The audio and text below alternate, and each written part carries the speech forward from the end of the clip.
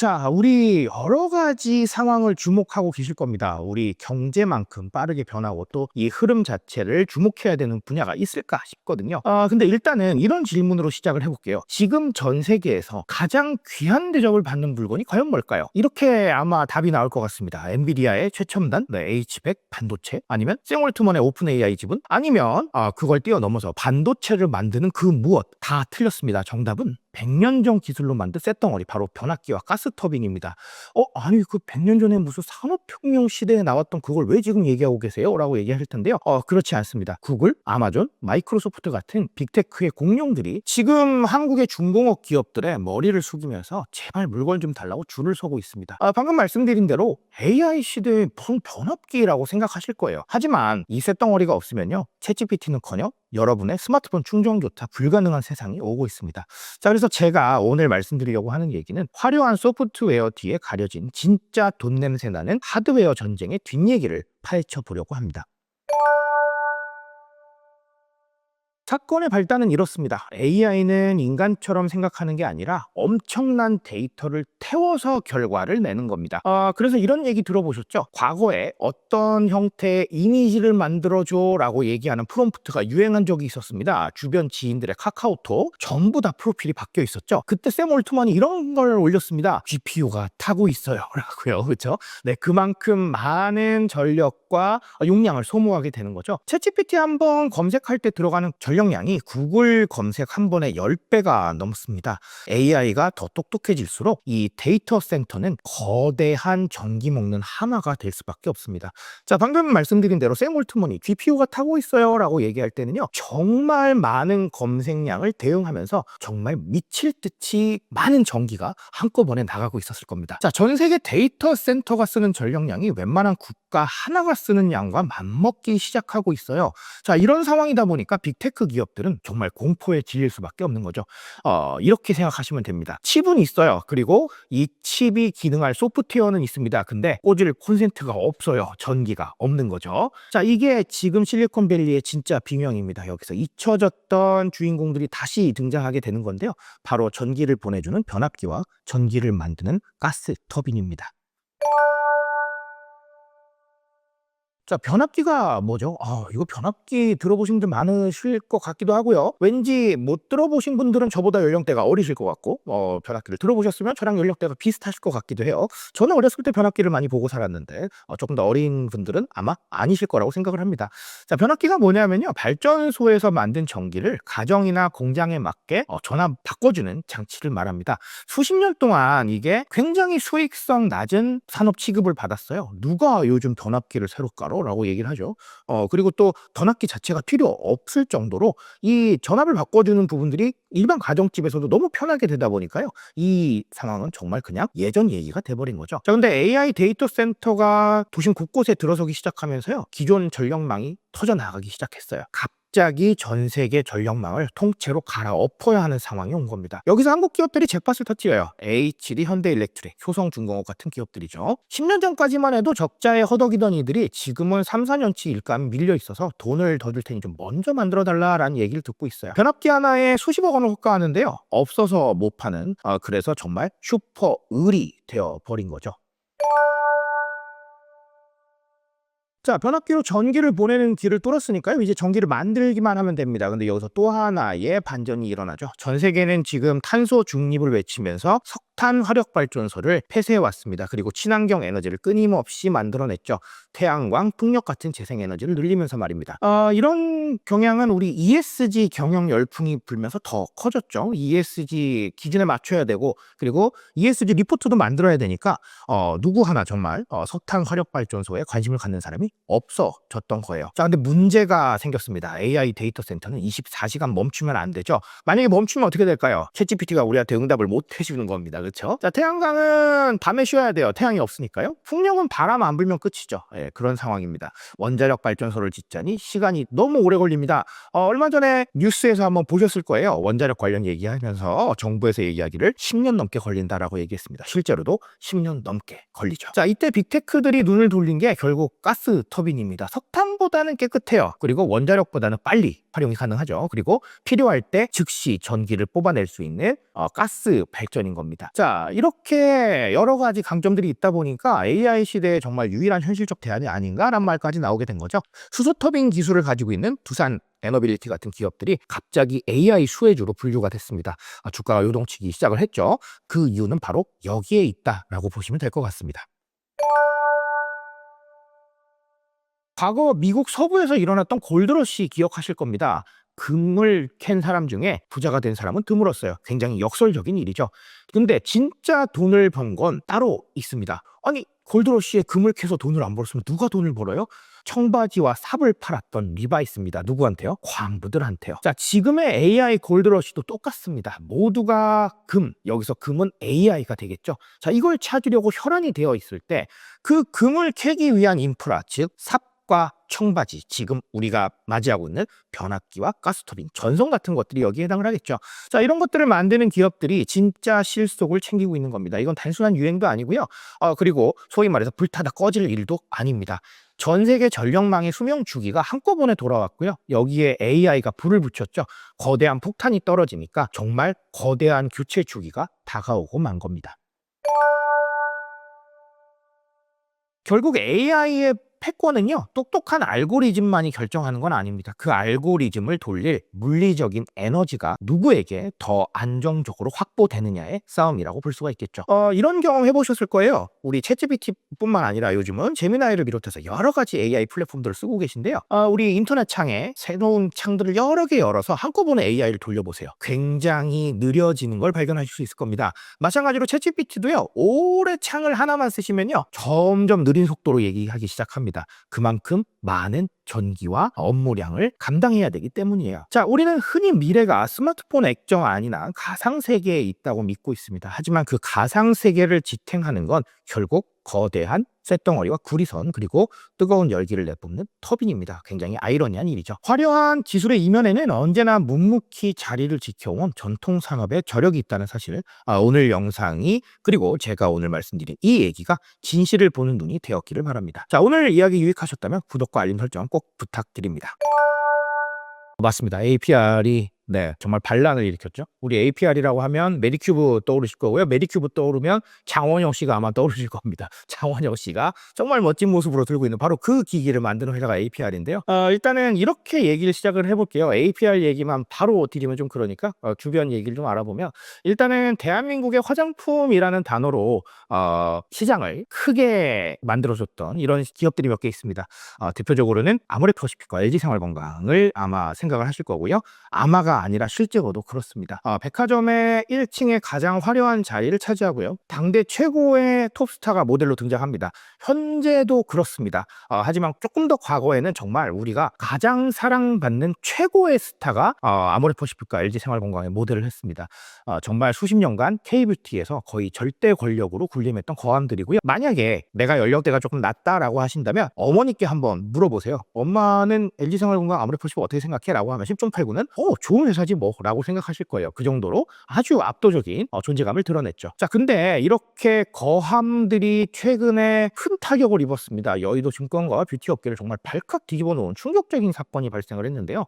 2025년 기준으로요, APR이 영업이익과 시가총액에서 모두 1위로 올라섰어요. 생소하실 수도 있는 이름이죠, APR 사실은요. 그렇죠? 그리고 좀 더 충격적이었던 건 뭐였냐면, 그냥 단순하게 조금 올라간 게 아니고요, 거의 더블 스코어로 아모레퍼시픽과 LG생활건강을 이겨버렸어요. 그러니까 압도적으로 이겼다는 거죠. 80년이 넘은 역사를 가지고 있는 이 뷰티 회사들이 정말 이제 막 10년을 넘긴 신생업체에게 왕자를 빼앗긴 이 상황, 우리는 어떻게 봐야 되고 또 어떤 마법을 부렸길래 정말 골리앗과 같은 이 두 거함을 쓰러뜨릴 수 있었겠느냐라는 것들을 생각해 봐야 되겠죠. 그래서 제가 오늘 말씀드릴 건 이 테크 기업의 소름 돋는 비즈니스 모델, 여기서 왜 갑자기 테크 기업이 나오지? 라고 생각하실 텐데 뒤에 가면 아실 수 있어요. 자, 그리고 이 K뷰티의 무너진 거함들이 어떤 오판을 했었는지, 이런 부분들을 말씀을 드리려고 합니다. 자, 이야기의 시작을 위해서 잠시 시계를 뒤로 한번 돌려볼게요. 과거 아모레퍼시픽과 LG생활건강이 승승장구하는 건 국내 시장의 점유율도 너무 높았지만 사실 중국이라는 치트키가 있었어요. 설화수나 휴 같은 럭셔리 한방 화장품들이요. 저희 일명 중국인 보따리상이라고 얘기를 하죠. 이분들이 오셔서 쓸어 담아 가셔서 본국에서 또 파시는 이런 부분들이 많았고요. 면세점 앞은 정말 매일 아침 문전성시를 이룰 정도였어요. 자, 근데 상황이 좀 바뀌었습니다. 중국 내에 애국 소비 열풍이 불면서 중국 자체 화장품을 찾기 시작을 했고요.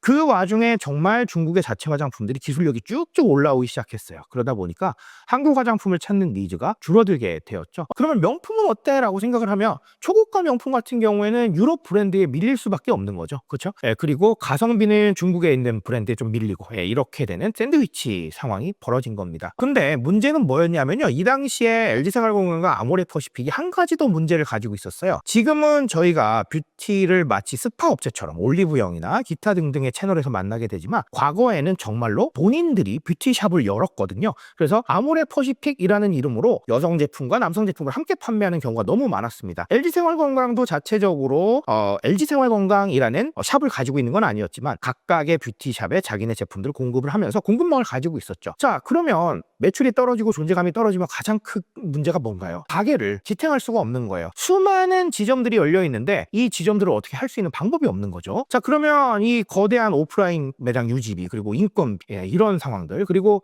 시장은 계속해서 변하고 있는데 어떻게 보면 리스크 맞기에 급급하는 이런 상황들 서서히 영업이익이 떨어지는 이런 늪에 빠지기 시작을 한 겁니다. 자, 이렇게 전통의 강호들이 허우적거리고 있을 때 APR은 전혀 다른 전장을 개청하고 있었어요. APR의 핵심 무기는 크림이나 립스틱 같은 화장품이 아닙니다. 바로 뷰티 디바이스. 그래서 제가 테크라고 말씀을 드린 겁니다. 이들의 대표 브랜드인 메디큐브를 한번 볼게요. 메디큐브는 정말 우리가 실생활에서 사용할 수 있는 뷰티 기기에 해당을 합니다. 그러니까 APR은 자신들을 단순한 화장품 제조사가 아니고요. 뷰티 테크 기업으로 정의한 거예요. 피부과 가서 정말 수십만 원 줘야 받을 수 있는 관리를 집에서 기계 하나로 해결하게 만든 거죠. 실제로 우리 모델이 장원영 씨인데 장원영 씨도 이 제품을 광고하면서 항상 굉장히 편하고 그리고 피부에 좋다는 점을 강조를 합니다. 그리고 그런 이미지를 잘 만들어가고 있죠. 어떻게 보면 장원영 씨를 모델로 쓸 수 있는 것도 그만큼 존재감이 커진 상황에서 존재감을 좀 더 발휘하려는 움직임으로도 보여요. 자, 근데 이 비즈니스 모델이 무서운 이유는 한 가지 더 있어요. 면도기와 면도날 전략이라고 들어보셨을 거예요. 기계를 팔면 끝나는 게 아니고요. 그 기계의 효과를 극대화하기 위해서 전용 앰플이나 크림을 계속해서 구매하게 되는 거예요. 이걸 면도기와 면도날 전략이라고 얘기를 합니다. 왜 그러냐면 면도기를 사시면 해당 회사의 면도날을 사야 되거든요. 우리 과거에 프린터 제품들 생각하시면 이해가 더 빠르실 거예요. 프린터 사시면 저렴한 가격에 사더라도 토너는 그 회사 제품을 사셔야 되잖아요. 네, 이런 식으로 면도기와 면도날 전략으로 성장한 브랜드가 굉장히 많은데요. APR 역시 마찬가지입니다. 끊임없이 구매하고 또 재구매할 수밖에 없는 무한 루프 생태계를 만드는 겁니다. 어떻게 보면 고객의 화장대를 이 기기 하나로 통째로 지배해버렸다라고 보시면 될 것 같아요. 자, 물건이 아무리 좋아도 팔리지 않으면 소용없죠. 아모레퍼시픽이 백화점, 면세점, 여러 가지 판매 채널 이런 전통적인 오프라인 유통망에 갇혀서 허우적대고 있을 때 APR은 과감한 선택을 하게 됩니다. 어떤 거냐면요. D2C라는 부분이에요. D2C라는 게 뭐냐면 다이렉트 투 커스터머입니다. 소비자 직거래 방식이죠. 중간 유통을 빼는 겁니다. 여기서 중간 유통을 빼려면 어떻게 해야 돼? 라고 궁금해하실 텐데요. 간단해요. 자사몰을 구축하면 됩니다. 자사몰을 구축하면 바로 받아서 보낼 수가 있죠. 그러면 우리 백화점 같은 데 낼 수수료나 이런 것들을 다른 광고에 쏟아부을 수 있습니다. APR 같은 경우는 어디에 쏟아부었냐면요. 인스타그램과 틱톡, 즉 새롭게 떠오르는 뉴미디어에 쏟아부었습니다. 자, 미국 시장 같은 경우에서는 우리 헤일리 비버라는 분 알고 계실 거예요. 우리 저스틴 비버의 와이프에 해당하는 분인데요. 이분이 굉장히 유명한 모델이시거든요. 이 모델 같은 메가 인플루언서들이 APR 기기를 쓰는 영상이 바이럴을 타기 시작을 합니다. 그러니까 우리나라뿐만 아니라 미국 시장에서도 우리 소위 말하는 Z세대들이 낯선 한국의 기계에 열광하기 시작한 거예요. 뭐야 저거 뭔데? 라는 호기심을 가지게 된 겁니다. 자, 이 흐름은 단순히 인플루언서만의 일은 아니에요. 왜냐하면 다양하게 발생하는 쇼폼 리뷰들은요. 우리 1020 세대가 이 리뷰 정말 좋아하는 거 알고 계시죠? 그리고 한편으로는 내가 구매하면 직접 리뷰를 올려주기도 합니다. 과거의 세대보다 콘텐츠 만드는 거 참 잘 만들잖아요. 나와 비슷한 사람들이 후기를 올리니까요. 이 후기 자체가 그냥 구매 이유가 되는 겁니다. 그러니까 인플루언서가 보여주는 약 약간의 허상, 여기서 허상이라는 건 그분이 잘못했다는 뜻이 아니고요. 그분처럼 될 수 있다. 그분이 있으니까 나도 쓰고 싶다라고 하는 디토의 마음도 자극을 하고요. 한편으로는 나와 비슷한 사람들이 똑같이 다 쓰고 있대요. 그럼 나만 안 쓰나라는 생각들을 하게 되죠. 이 투 트랙 전략이 기가 막히게 통하면서 APR이 쭉쭉 성장하게 되는 겁니다. 자, 오프라인 매장 없어요. 스마트폰 화면 하나로 전 세계 사람들의 지갑을 직접 열어 젖힌 거죠. 네, 그래서 정말 이 유통 혁신이 가져다 준 효과를 톡톡하게 누렸는데 20%대라는 화장품 제조업에서는 정말 상상하기 힘든 엄청난 영업이익을 달성하게 됩니다. 자, 이 결과는 2024년 상장 이후에 2025년 실적 발표에서 적나라하게 좀 드러났는데요. APR은 2025년 기준으로 매출이 1조 5천억 원입니다. 영업이익은 3,600억 대인데요. 사상 최대 실적을 갈아치웠습니다. 이 실적이 어떻게 될 것이냐라는 건 저도 사실 예측할 수 없습니다. 근데 지금 시장의 확장성과 그리고 APR이 움직이는 모습을 보면 그래도 꾸준히 계속 성장하지 않을까라는 생각을 조심스럽게 할 수 있을 정도로 지금의 행보는 아주 무섭습니다. 자, 반면에 LG 생활건강 뷰티 부문은요, 적자 쪽에 늪을 헤맸고요. 그리고 아모레퍼시픽은 쇄신하면서 북미 시장을 열심히 뚫고 있지만 여전히 APR의 수익성을 따라잡지는 못하고 있습니다. 자, 주식시장은 사실 미래를 먹고 자라잖아요. 투자자들은 냉정했어요. 그래서 시가총액이 한때 10조 원을 가볍게 넘나들던 아모레퍼시픽이 7조 원대로 주저앉은 사이에 APR은 보란듯이 시가총액 10조 원을 돌파를 하면서 대한민국 뷰티 대장주 자리를 가지게 됐습니다. 그래서 자본시장은 이런 얘기를 하고 있는 것 같아요. 우리에게 화장품은 아니야 이제. 그러면 화장품을 대체할 게 뭐니? 라고 묻는다면 뷰티 테크의 시대가 온 거야 라고 공식적으로 얘기한 게 아닌가, 이렇게 받아들이고 있습니다. 자, 여러분, 기업은 생존하기 위해서 여러 가지 일들을 합니다. 근데 과거에는 덩치나 역사에 비례했어요. 웬만하면요. 왜냐하면 이 덩치가 있으면 어쨌든가 새롭게 올라오고 있는 후발주자들을 누르기에 쉬울 수밖에 없잖아요. 그렇죠? 예, 이런 판이었습니다. 하지만 이제는 빠르게 시대를 읽고요, 민첩하게 움직이는 것, 이게 바로 기업의 생존 전략이 됐습니다. 아모레퍼시픽이 화장품이라는 본질에 갇혀서 과거의 영광을 그리워하고 있을 때 APR은 기술과 그리고 유통혁신이라는 새로운 규칙을 들고 나와서 판 자체를 엎어버린 거죠. 물론 아모레퍼시픽이 그냥 있는 건 아닙니다. 최근에 코스알엑스를 인수를 하고요, 북미 스킨케어 시장에서 무서운 속도로 부활하고 있어요. 그리고 LG생활건강도 최근에 전반적인 지배구조도 혁신을 하고요, 그리고 제품에 대한 부분도 더 고민을 하면서 최근에 다시 한번 부활의 날갯짓을 하고 있습니다. 자, 그렇다는 건 지금 이제 우리는 흥미로운 상황으로 들어가는 겁니다. 새로운 강자로 떠오른 APR이 그 자리를 공고히 지켜내면서 더 발전할 것인가, 아니면 한 번의 자존심을 구긴 두 업체가 이 APR을 맹렬히 추격해서 과거의 영광을 되찾을 것인가, 정말 재미있는 자리에 와 있다, 이렇게 보시면 될 것 같습니다. 자, 주식창을 열어서요, 두 기업의 정확히 말하면 세 기업이 되겠네요. 세 기업의 시가총액 전쟁을 지켜보는 거 앞으로 한국 증시에서 가장 흥미로운 일이 될 거라고 생각을 합니다. 투자 인사이트까지는 아니었지만 이렇게 기업이 달라지고 있다라는 부분 오늘 시간에 아셨으면 좋겠고요. 오늘 이야기 도움되셨다면 구독과 알림 설정 꼭 부탁드립니다. 자, 우리 여러 가지 얘기를 드렸는데 트렌드와 기업의 흐름은 꼭 일치하진 않지만 어느 정도 일치하는 부분이 있습니다. 앞서서 제가 몇 가지 사례에서 이렇게 말씀을 드렸었죠. 기업의 생존은 덩치와 역사에 비례하지 않는다. 과거에는 그랬지만 지금 이렇게 빠른 시대에는 어울리지 않는다. 새롭게 나오는 흐름과 그리고 새로운 세대의 생각, 그리고 뉴미디어의 특성을 읽을 수 있는 이런 변화만이 변화를 가져올 수 있다는 점 기억하시면서 오늘 이야기 그렇게 들어주셨으면 좋겠습니다.